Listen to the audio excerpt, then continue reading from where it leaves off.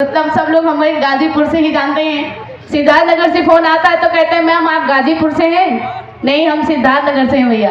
Ma'am मैं सिद्धार्थ नगर से हूँ, लेकिन मुझे पता नहीं था कि आप मुझे लगा कि गाजीपुर से हैं। तो आज के बाद हम अपना जो है जिला का नाम जो है प्रमोशन करेंगे। जय भीम। मैं बता दूं कि मैं ऐसे परिवार से बिलोंग करती हूँ कि हमारे घर में लगभग पटीदार में जो होते हैं सब लोग नौकरी करते हैं, लेकिन स्पेशल जो मेरा घर है ना, मेरे पापा जी वो किसानी थे, मतलब किसानी करते थे, और मेरी मम्मी भी हाउसवाइफ थी और रिक्शा चलाते थे। बस्ती जिला आप सब लोग जानते होंगे, बस्ती जिला में मेरे पापा रिक्शा चलाते थे, फुटपाथ पे सोते थे। कुछ दिन वहाँ कमाई किए, हम लोग को जिलाए खिलाए, कुछ दिन मुंबई रहे।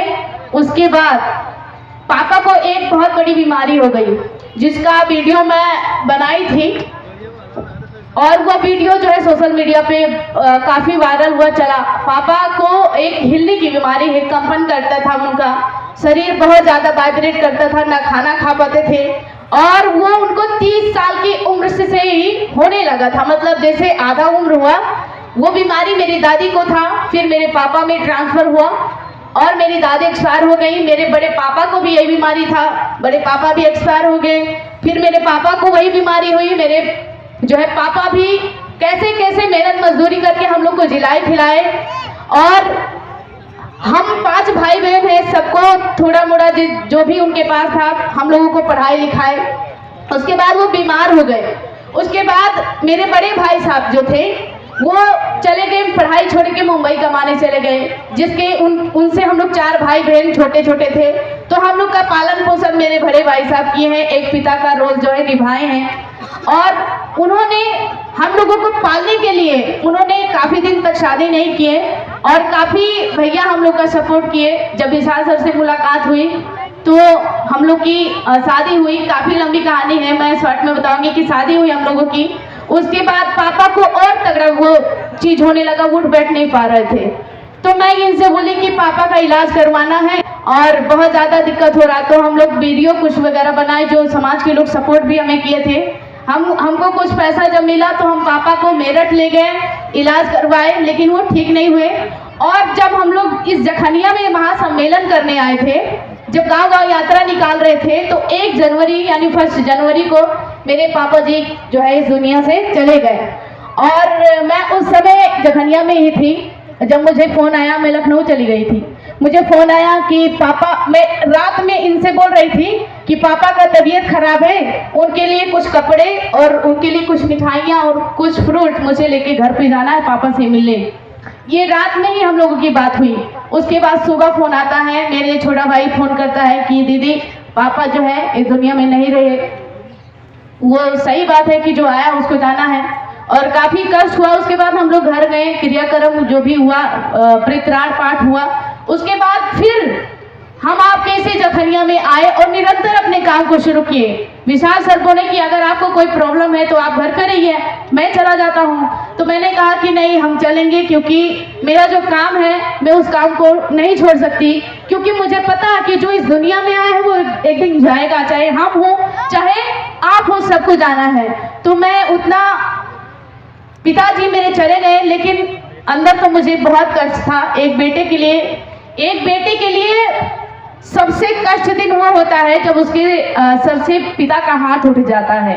दुनिया रहे ना रहे, लेकिन एक बेटी के सर पे जब तक पिता का हाथ होता है ना, तो वो अपने आप को बहुत ही मजबूत समझती है कि मेरे बाप है। लेकिन 1 जनवरी को जब मेरे पिताजी चले गए तो मुझे बहुत कष्ट हुआ।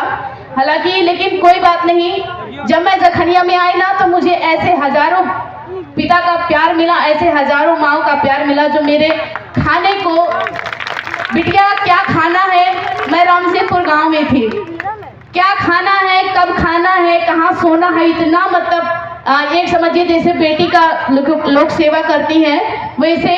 और ऐसा नहीं कि जहाँ मैं रुकी थी वहीं खाना खा रही थी, जिनके घर रुके थे उनके घर सोए थे, लेकिन खाना मैं पूरे गांव में एक सुबह इनके घर तो शाम को उनके घर। तो स्पेशल मैं रामसिंहपुर की गांव की माताओं बहनों को बहुत बहुत धन्यवाद देती हूँ कि आपने मुझे खाने के लिए और रहने के लिए दिया। लेकिन मैं खाने और रहने के लिए नहीं आई थी यहाँ पे। मेरे घर खाना है, मैं खा सकती हूँ, घर है, मैं रह सकती हूँ, लेकिन आज हम यहाँ क्यों आए हैं आप लोग को समझना होगा। क्योंकि हमारे समाज को ना लायक बनाना है। ये मेरा कोटेशन नहीं है, कांसीराम साहब जी का है, जो जब साहब हमारे जब समाज को जगाने के लिए चले तो उन्होंने कहा कि मेरा समाज नालायक है, इसको लायक बनाना है। तो कुछ समाज के लोगों ने कहा कि साहब कैसे कर दिए कि हम नालायक हैं, हम तो लायक हैं। अरे हमको दूध दुहना आता है, निकालना आता है, हमको कपड़ा धोना आता है, हमको चौकी बनाना आता है, हमको किसानी करना आता है, हम किसने कमजोर, हम तो लायक हैं। लेकिन तब कांसीराम साहब बोले कि नहीं, इसको लायक नहीं कहते हैं। लायक आप तब होंगे जब आप बिजनेस करेंगे, लायक तब होंगे जब आप डिग्री डिप्लोमा लेंगे, लायक तब होंगे जब आप शासन और सत्ता में आएंगे। क्या झूठ बोल रही हूँ? क्या अभी इस समय आप लायक हो? लायक हैं आप लोग? क्या अपनी मर्जी से कोई काम कर सकते हैं? नहीं कर सकते हैं। क्यों? क्योंकि हम लायक नहीं, हम शासन सत्ता में नहीं है। हमारे बच्चों का भविष्य खराब हो रहा है, स्कूल बंद हो रहा है। क्या इसकी चिंता है? हमें खाने की चिंता है। पति गया है कमाने, 200-400 कमा के आएगा, शाम को खाएंगे, पति दारू पी के सो जाएगा। लेकिन ये नहीं टेंशन है कि आने वाले पीढ़ी का क्या हाल होगा। लोगों को शाम का टेंशन है, सुबह की नहीं है। लेकिन आप सबको सुबह का भी टेंशन करना होगा। कहते हैं कहावत में कि आज खा लिया जाए, सुबह का देखा जाएगा। देखा नहीं जाएगा, टेंशन करेंगे, हो सकता है सुबह आप भूखे मर जाओगे, तो क्या करोगे आप? इसीलिए कांसीराम साहब ने हमको लायक बनाने के लिए पहले क्या किए?